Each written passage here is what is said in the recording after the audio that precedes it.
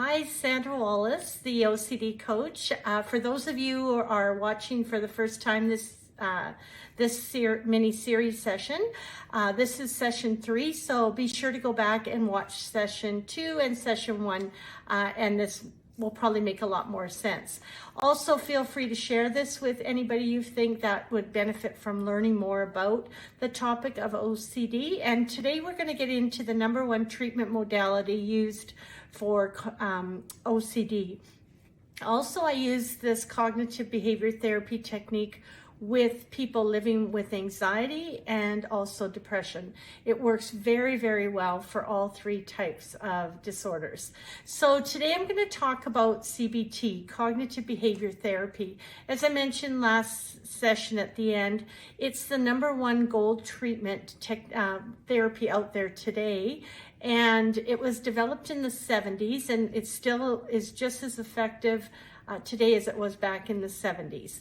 And so cognitive, if we break down the word cognitive, it refers obviously to the way we think. And so if we're able to change the way of thinking and behaving and challenging our faulty belief systems, then we can learn to think more effectively and more productively.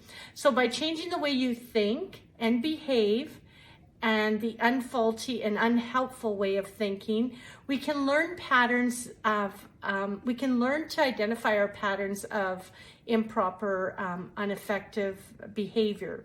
Now, if we're going to be able to change our thinking, we also need to improve our coping techniques. So we need to recognize our distorted way of thinking and our thought pattern, and then that will allow us to gain greater understanding of both our behavior and motivate us to be able to become better problem solvers. And who doesn't want to do that, right?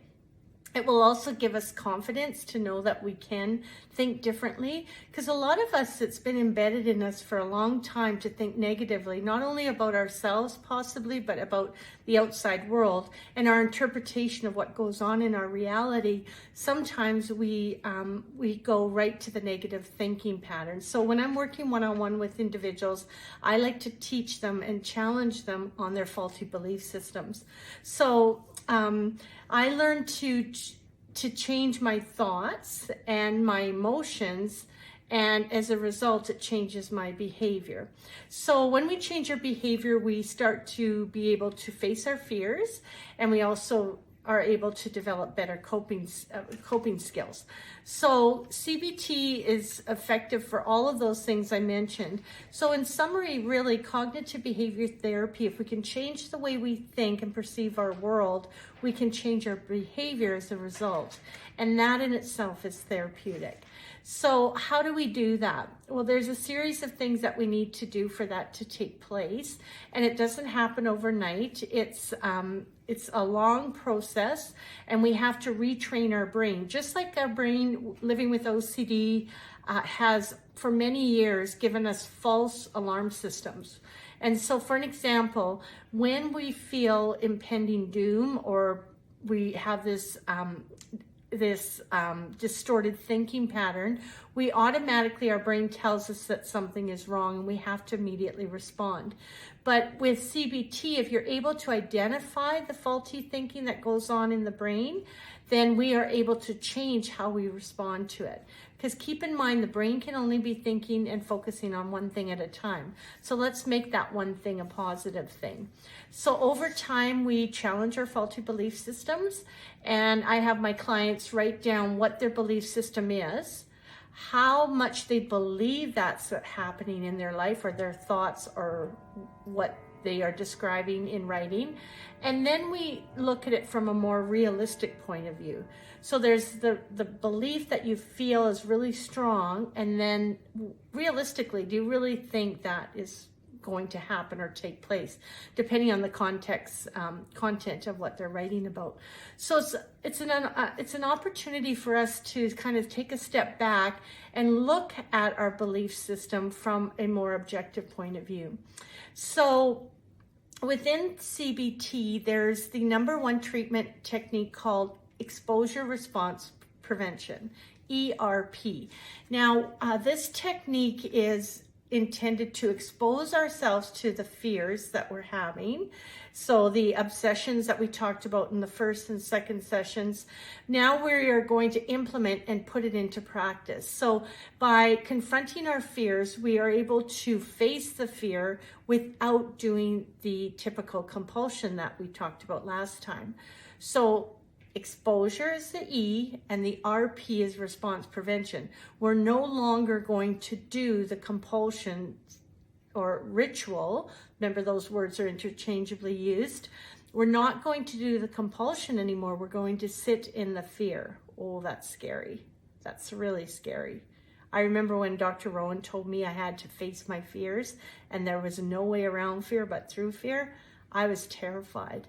But if I could help you understand the importance of that right from the get-go, you'll be much farther along, much quicker than I was, because you sometimes need to just grab the tails of someone else's belief and leap into faith and have the faith that it will get easier.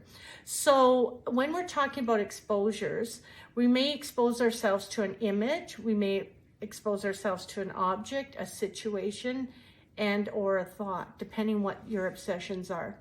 So when we do this, when we don't respond to OCD, over time it loses its power. Because remember, OCD comes out to play full out, right? He's the bully, the monster, whatever you want to call the OCD. And they want you to respond immediately. So what we're doing with ERP now is we're saying, no, we're not. We're going to stick around now. We're not going to feel that fight or flight and feel compelled to do a compulsion. We're going to sit in the anxiety long enough to know otherwise.